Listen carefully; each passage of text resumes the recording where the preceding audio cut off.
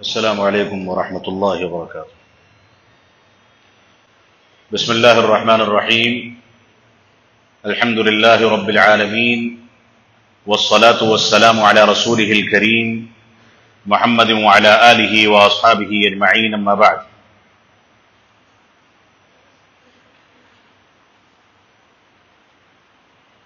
محترم اساتذہ گرامی قدر،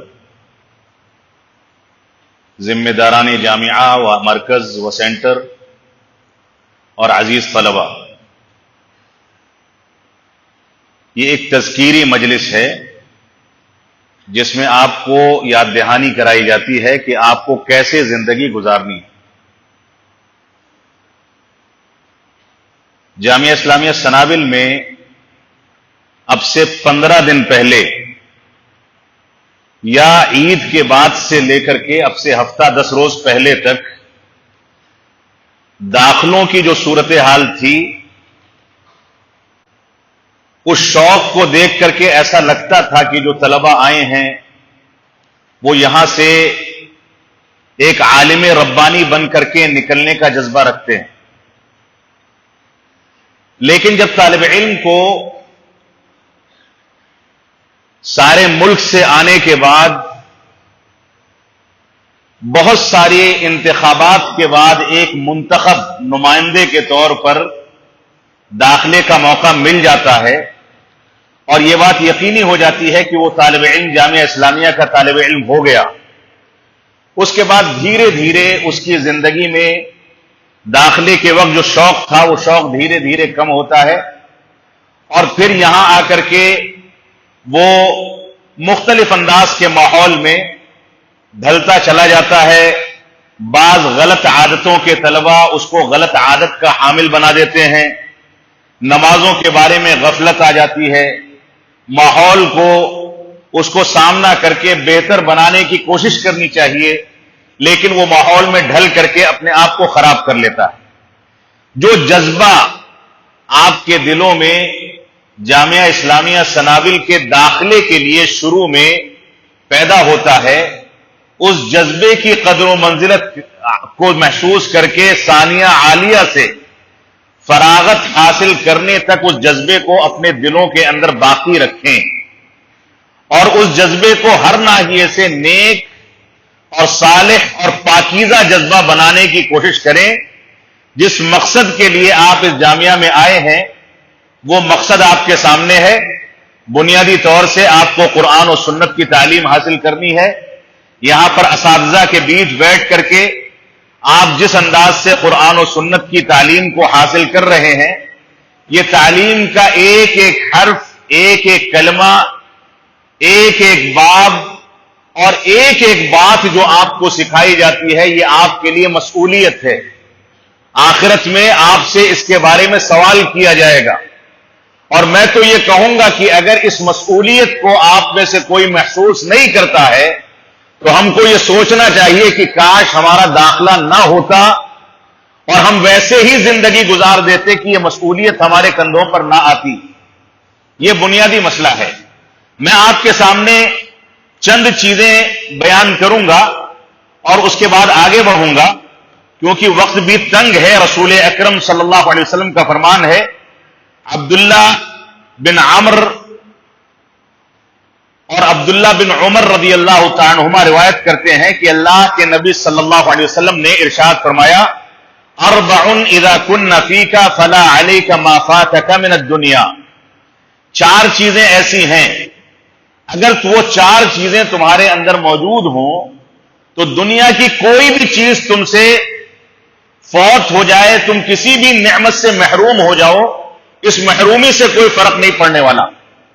وہ 4 چیزیں اگر تمہارے اندر موجود ہیں تو اللہ کی ذات سے امید ہے کہ کامیابی حاصل کرو گے۔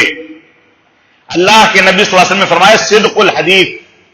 پہلی چیز کیا ہے؟ سچائی سے کام لینا۔ بہت آسان ہے کہ آپ ادارے کے یا اسلامی نظام کی مخالفت کر کے کوئی جرم کریں، جھوٹ بولیں، کوئی مخالفت کریں، اساتذہ کی ناقدری کریں، غلط انداز کی چیز کو اپنائیں، اور بہت آسان ہے کہ آپ جھوٹ بول کر کے اپنا دامن چھڑا کر کے وہاں سے نکل جائیں۔ اگر آپ سچائی کو اپناتے ہیں تو یہ سچائی آپ کی برائیوں کو آپ کی زندگی سے الگ کرنے کا ہنر رکھتی ہے. تو سب سے بنیادی چیز یہ ہے کہ اگر وہ آپ کے پاس ہے تو دنیا کی ساری نعمتیں فوت ہو جائیں کوئی فرق نہیں پڑتا. وہ پہلی چیز ہے سچائی. آپ سچائی سے کام لیں. جھوٹ بول کر کے جان چھڑانے کی جو صفت ہے جو عام طور سے ہمارے اندر موجود ہے وہ نہیں ہونی چاہیے. آپ رب کائنات کے ساتھ بھی سچے بنے, اللہ کے نبی صلی اللہ علیہ وسلم کی احادیث کے ساتھ سچے بنے, اپنے ادارے کے نظام کے ساتھ سچے بنے, اپنے ماں باپ کے ساتھ سچائی سے کام لیں, اپنے اساتذہ کے ساتھ سچائی سے کام لیں. یہ آپ کی بنیادی صفت ہے. اور جس مسلک و منہج سے آپ وابستہ ہیں اس مسلک و منہج کی بنیاد کسی سچائی پر ٹکی ہوئی ہے. اگر یہ سچائی آپ نکال دیں تو پورا مسلک و منہج پورا کا پورا ڈھانچہ ڈیمیج ہو کر کے ختم ہو جائے گا. محدثین نے جو ضابطے مرتب کیے حدیث کو صحیح یا ضعیف کہنے کے, وہ کس بنیاد پر ہیں؟ اسی سچائی کو ثابت کرنے کے لیے.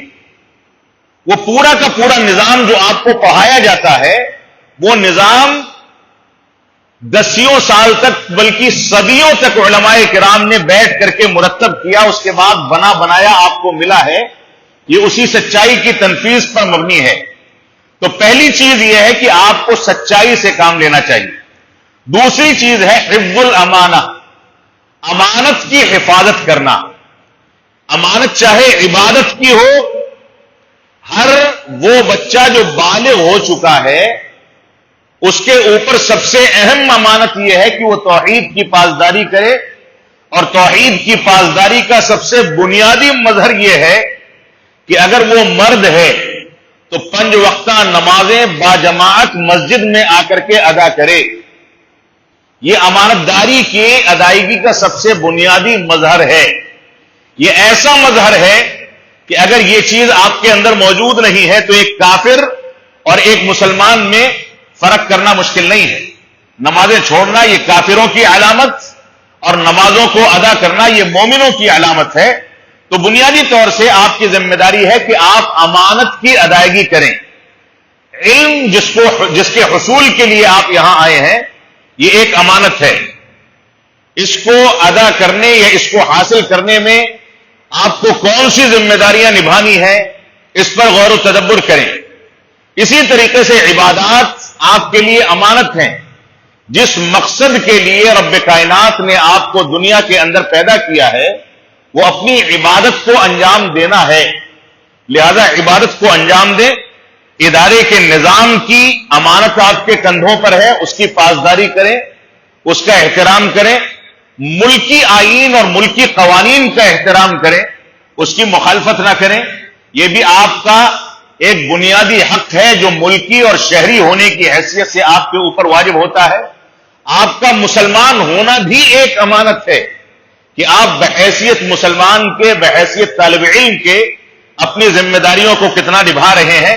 اس ذمہ داری کو بھی آپ نبھا کر کے چلیں.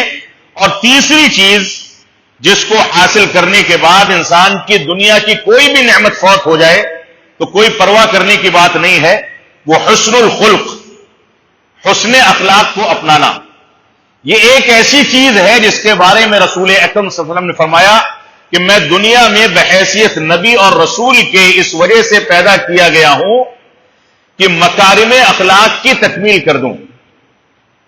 اگر مدارس اسلامیہ کے طلباء یا علوم شریعت کو حاصل کرنے والے طلباء یا علماء اس ذمہ داری کو نہیں نبھاتے ہیں تو کون نبھانے والا ہے؟ تو حسن اخلاق کو مکمل طریقے سے اپنانا یہ آپ کی ذمہ داری ہے. اور چوتھی چیز ہے عفت مطعم. اللہ کے نبی صلی اللہ علیہ وسلم نے فرمایا کہ اگر یہ صفت آپ کے اندر ہے تو دنیا کی کوئی بھی نعمت آپ سے زائل ہو جائے, فوت ہو جائے, اس کی پرواہ نہ کیجیے. کھانے پینے کی جو بھی چیزیں ہیں اس کے اندر حلال پر اکتفا کرنا, ناجائز چیزوں سے دور رہنا. بیڑی, سگریٹ, تمباکو, گٹکا, یہاں تک کہ جو منجن کی شکل میں تمباکو سے ملوث گل کیا جاتا ہے, یہ ساری کی ساری چیزیں آپ کے لیے شریعت اسلامیہ نے حرام کی ہیں. اگر آپ کا کھانا پینا حلال پر مبنی نہیں ہے تو آپ دنیا میں کبھی کامیاب نہیں ہو سکتے. نہ آپ کی عبادتیں قبول ہوں گی، نہ دعائیں قبول ہوں گی، اور نہ آپ اپنا مقام بنا سکیں گے. تو یہ چار چیزیں ایسی ہیں کہ آپ سچائی سے کام لیں، امانت کی حفاظت کریں، ادائیگی کریں، حسن اخلاق کو اپنائیں، اور اپنے کھانے پینے کی چیزوں کو حلال کریں، حلال پر اکتفا کریں. یہ بنیادی چیز ہے. اور اسی طریقے سے اللہ کے نبی صلی اللہ علیہ وسلم فرماتے ہیں، عبداللہ بن عمر رضی اللہ تعالیٰ عنہما روایت کرتے ہیں کہ اللہ کے نبی صلی اللہ علیہ وسلم نے فرمایا کہ احب الناس الی اللہ انفعهم للناس. اللہ کی نظر میں سب سے زیادہ مفید اور محبوب شخص وہ ہے جو لوگوں کے لیے مفید ہو. آپ میں سے ہر بڑا طالب علم اپنے چھوٹے کے لیے مفید بنے.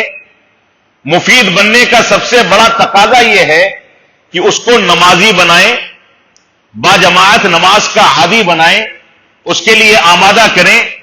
اور اسی طریقے سے نفع بخش بننے کا سب سے بنیادی تقاضا یہ ہے کہ اس کو حصول علم کی راہ میں جو رکاوٹیں آتی ہیں ان رکاوٹوں کو دور کریں. اللہ نے بڑا بھائی ہونے کی حیثیت سے آپ کو کچھ اختیارات دیے ہیں، صلاحیتیں دی ہیں. آپ اپنے چھوٹوں پر ان صلاحیتوں کا استعمال کر کے ان کے لیے مشفق بنیں. اور اسی طریقے سے آپ کے اساتذہ بڑے طلبہ اور چھوٹے طلبہ کے لیے نفع بخش بنے. تبھی وہ رب کائنات کی نظر میں محبوب ہو سکتے ہیں. اور ذمہ داران اساتذہ کے لیے، طلبہ کے لیے، اور جو بھی لوگ یہاں سے منسوب ہیں ان کے لیے نفع بخش بنے. یہ ہماری ذمہ داری ہے. اللہ رب العالمین ہم کو اس کی پیروی کرنے کی توفیق عطا فرمائے. شیخ الاسلام علامہ ابن تیمیہ رحمۃ اللہ علیہ فرماتے ہیں کہ اس بات میں کوئی شک نہیں، لا ریب ان اللہ یفتح علی قلوب اولیاء المتقین وعباده الصالحین بسبب طہارت قلوبہم ما لا یفتح به علی غیرہم.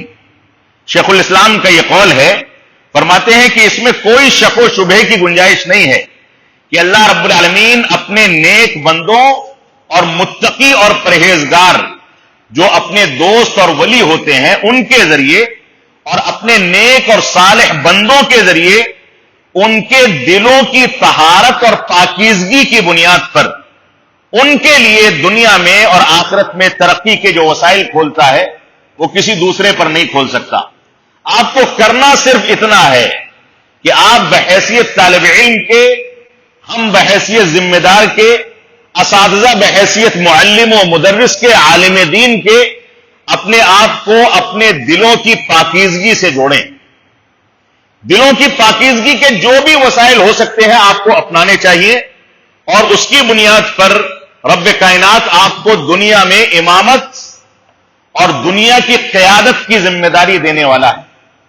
اس میں کوئی شبہ کی بات نہیں ہے کہ ماضی میں تاریخ اسلام کے اوراق جب اٹھا کر کے پلٹے جائیں گے تو وہاں پر ہمارے اسلاف نے دنیا کے اندر جو حکومتیں قائم کی، جو قیادت ان کو ملی، جو ان کو غلبہ ملا، وہ ان کے پاس وسائل کی بنیاد پر نہیں تھا.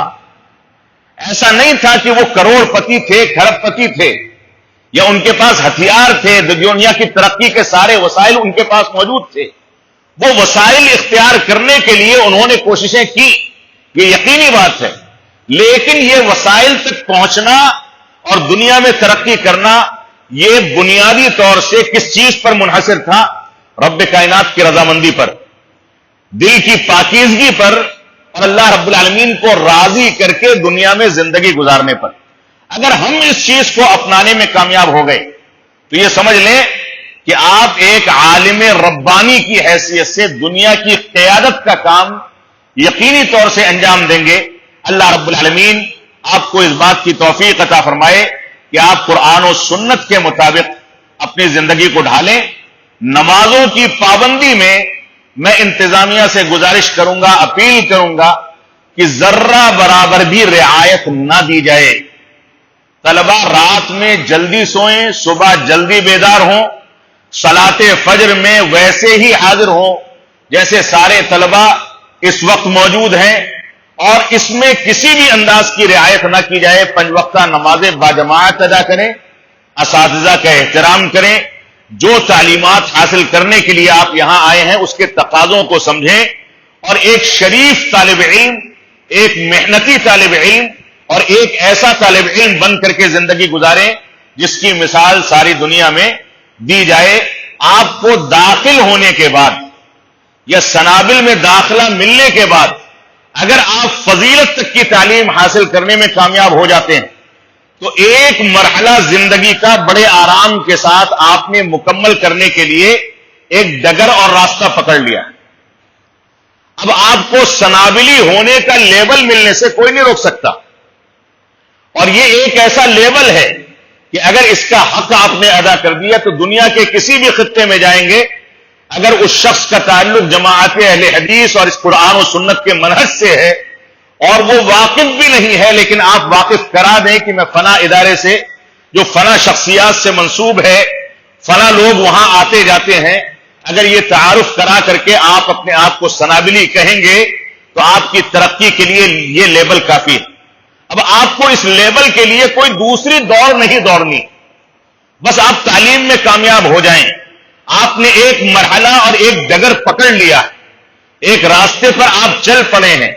اب اس راستے پر کامیاب ہونے کے لیے اپنے اساتذہ سے چمٹ جائیں، علم کے حصول کے لیے ان کے ساتھ اٹھے بیٹھیں، معاملات کو طے کریں، علم میں کسی انداز کے شبہات کا شکار نہ رہیں، کیونکہ علم تو یقین کو کہا جاتا ہے، شبہات یہ علم کا نام نہیں ہے۔